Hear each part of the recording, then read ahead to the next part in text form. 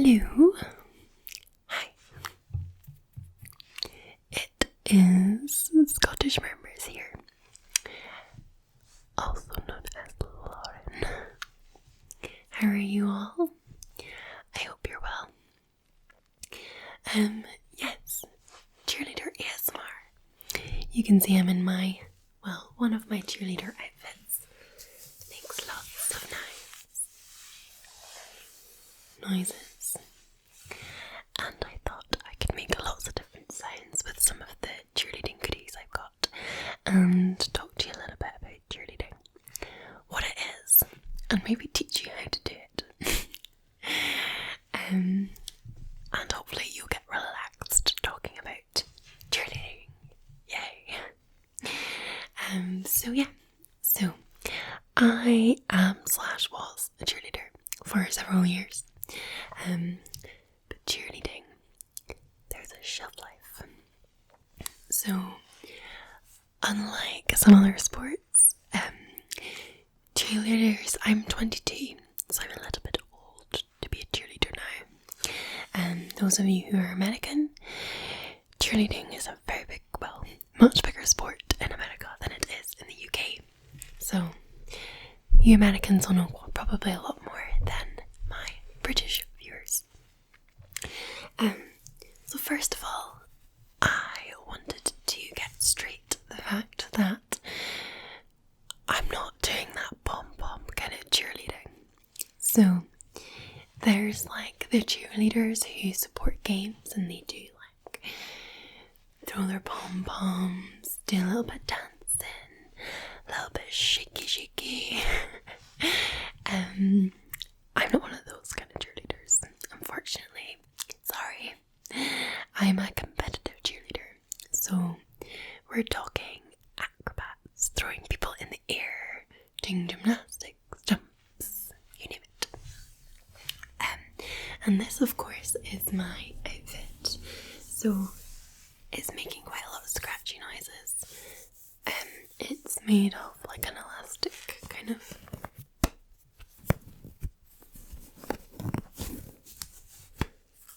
elastic material from the company called Milano. They make a lot of gymnastics and cheerleading uniforms. And I've got the top here. And then I have these, it's like a skirt / shorts that I have on underneath. Sorry. And this is just one of my outfits. This was the first cheerleader outfit actually that I had for my team. I competed for my university team.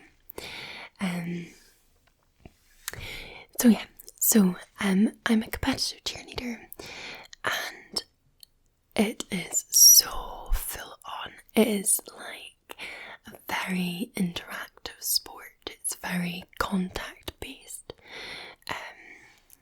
And you get injured quite a lot. I did anyway. Now, I got into cheerleading because I used to do gymnastics, although I'm not very flexible anymore, so I won't be pulling any splits for you or anything now. But I did gymnastics for,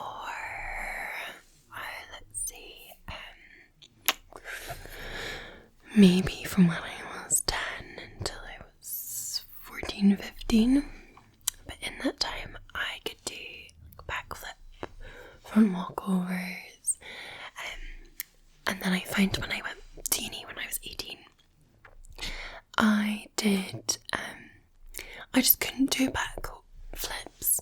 I mean, you've got to get an arch, so you have to really be have a proper arch to be able to get over and get your hands in the correct position. And I was just too scared. I just lost my confidence. I couldn't do it. I just couldn't throw myself back. But I could do everything forward. So, the higher up the levels you go, the more kind of gymnastics you have to do. And I can do front handsprings, front somersaults. I could do I can't remember the name of it now. A punch front, and you land like you do split legs, and you land kind of on your bum ish. And they're easier than somersaults. But I could do all that, and of course I can do my cartwheels and my handstands. I'm sure you all can. I'd like to encourage you to do a cartwheel or a handstand anyway. So that was quite beneficial because I did gymnastics beforehand. But a lot of girls come into the sport without having done any gymnastics, so teaching them has been quite challenging. As some of you may know, if you have never done gymnastics before, learning at an older age how to even just do a cartwheel is really difficult. So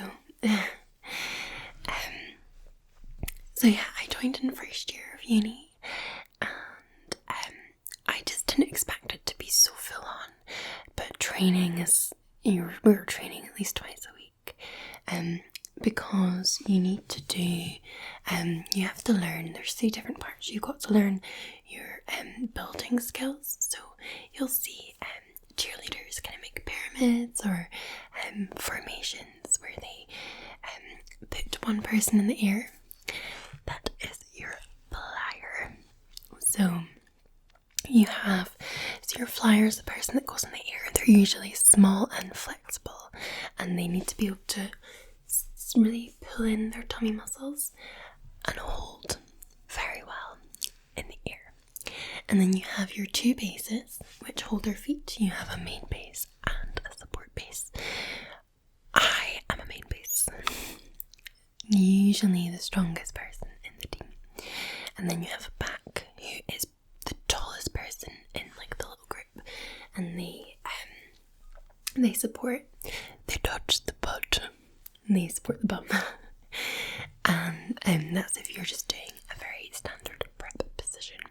And then you can sometimes have a front if you're a very good team. You may not have any fronts, or you may have fronts that are also flyers.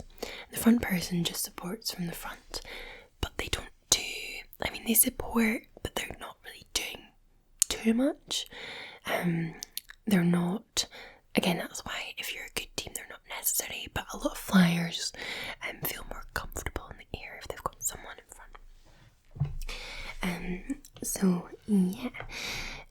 So a prep position is basically when I would take one leg, one foot, I would be squat down, take one foot, the support base would take the other foot, and then you've got the back, which grabs onto your waist, and they would kind of lift the flyer into position. The flyer would put their arms on both people's shoulders, and then you would dip, and you would bring up to here. You would have their foot there. I'll maybe put some pictures on this so that you can see. So that's prep, and that's like the easiest stunt. So you also have different levels in cheerleading. It goes from level 1. I never did level 1. Level 1's probably for kind of younger people. It's really kind of introduces you to cheerleading. It's like everything's like from gut stand or like knee stand or whatever. So you start at level 2. There's a big jump between them. We also do baskets, which are really good fun. You basically you have the other person's hand. They do this onto your hand, so you create like a square, and then you dip, and the flyer's got their feet in the middle, and you're basically throwing, so your arms are doing this and up with all your force and you are launching them into the air, and it's really good fun. But usually when they come down pretty hard, and they usually hurt you. I've had concussion a few times. I once had it really bad. I couldn't drive for like 3 weeks. Sorry, I had to fix a skirt. So that is a basket, it's called, and they can do different types of baskets. So the flyer can maybe like extend their legs, or like a straddle jump, but like out to the side. where they can do like a pike, so they just keep their legs together like that.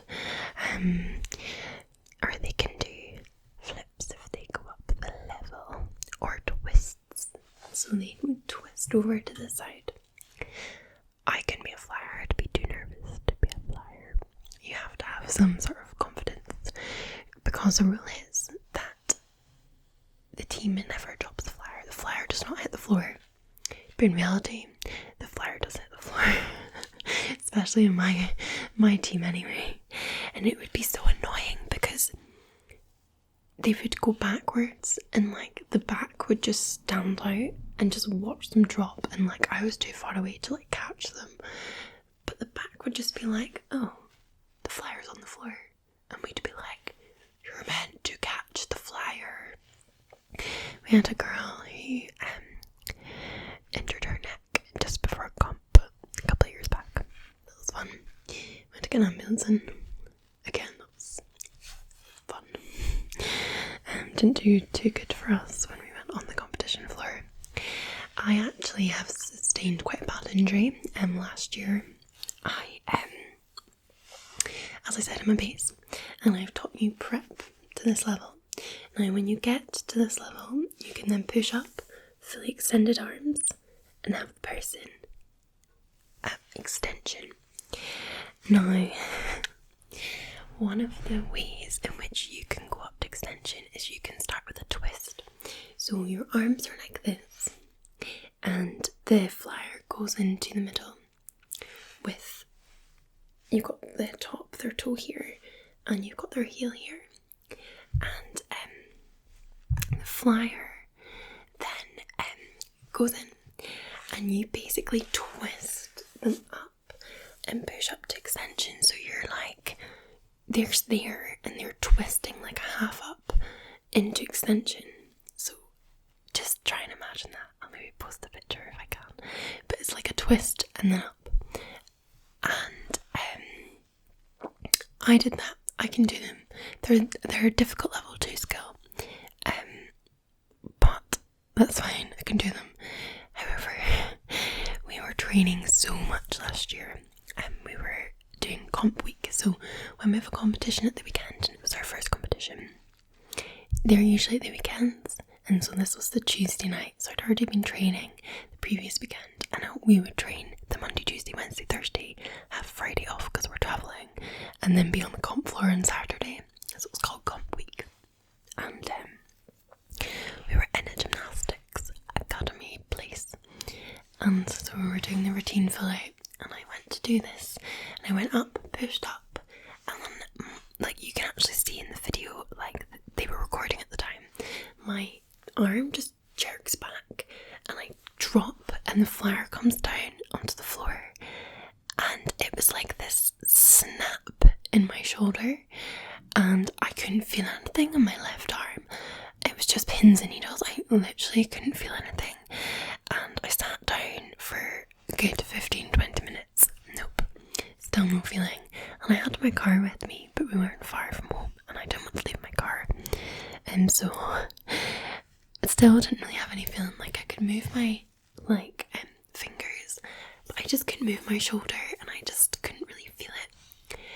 And I was like, oh, it'll be fine, I've probably pinged a nerve. And there were some medical students there at the time, and they were like, oh yeah, you just pinged a nerve, that's all you've done, it's fine. So I was like, cool. I literally woke up in the middle of the night with the most excruciating pain, and I was like, oh my goodness, what the hell. And I was awake all night, and I eventually convinced someone to take me to I think it was the minor injuries unit, because I didn't want to go to A&E because it wasn't serious enough for A&E, but I needed to go to see a doctor. So we have in Scotland minor injury units for like injuries like broken bones and things. It's not emergency. So I went there, and they were like, okay, so they did quite a lot of examinations on it. And what I had done was tore my rotator cuff and snapped a ligament that goes across the shoulder. So it meant that I was out of sport for like 5 to 6 weeks, and competition was that Saturday. So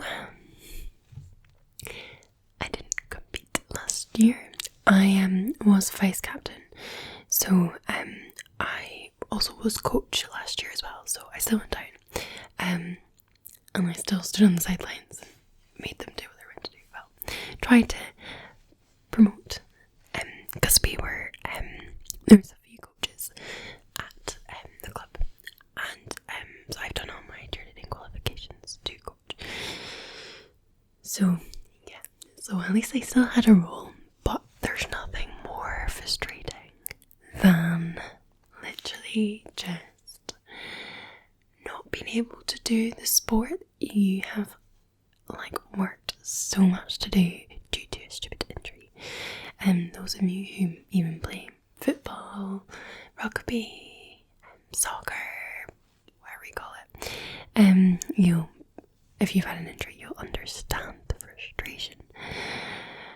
But yeah, I rambled a lot now. So, anyway, cheerleaders are known for having their bows. This is my bow. And well, I've got two. My other one's at home. It says my name on it. It's really pretty. It's gold and sparkly. But this is my bow. It's full of glitter.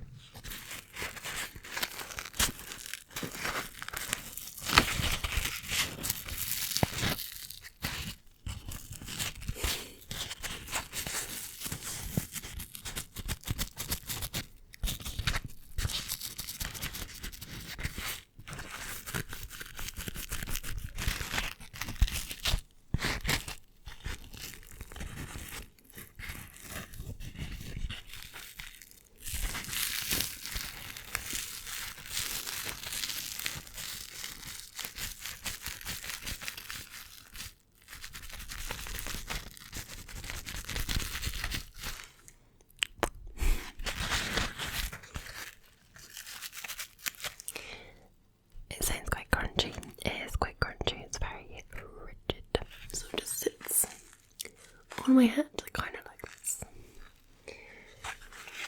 So that's my bow. Newer uniform is this here. It's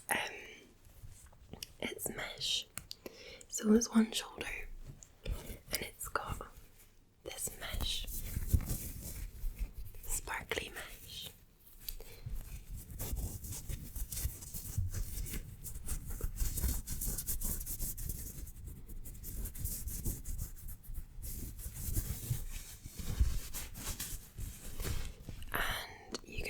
See where the washing has not worked out very well. You weren't meant to wash it in a washing machine. Oops. That's why I don't have this one on.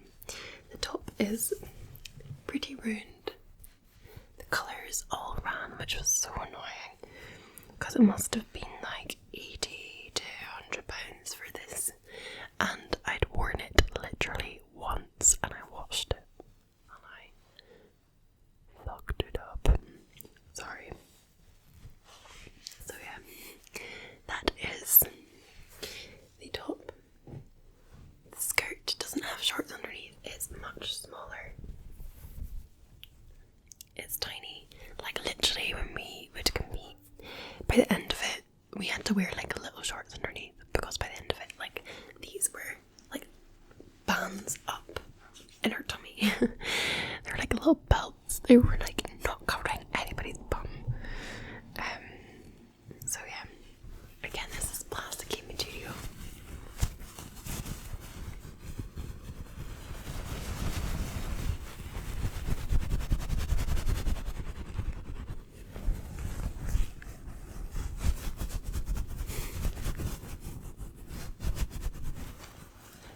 So that's that. And then we have multiple training tops as well. So this one's got a tiger. Rawr. Because we're tigers. And so that one. Oops. Yeah. I wear them still to the gym actually, because I quite like them. And then this one was a paw print. It's kind of cute as well, isn't it?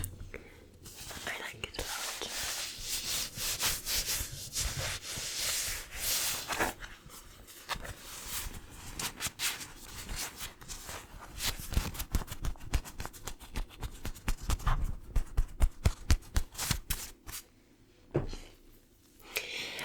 But yeah, then you'd wear really white trainers. I think what you wore at cheerleading competitions was really important.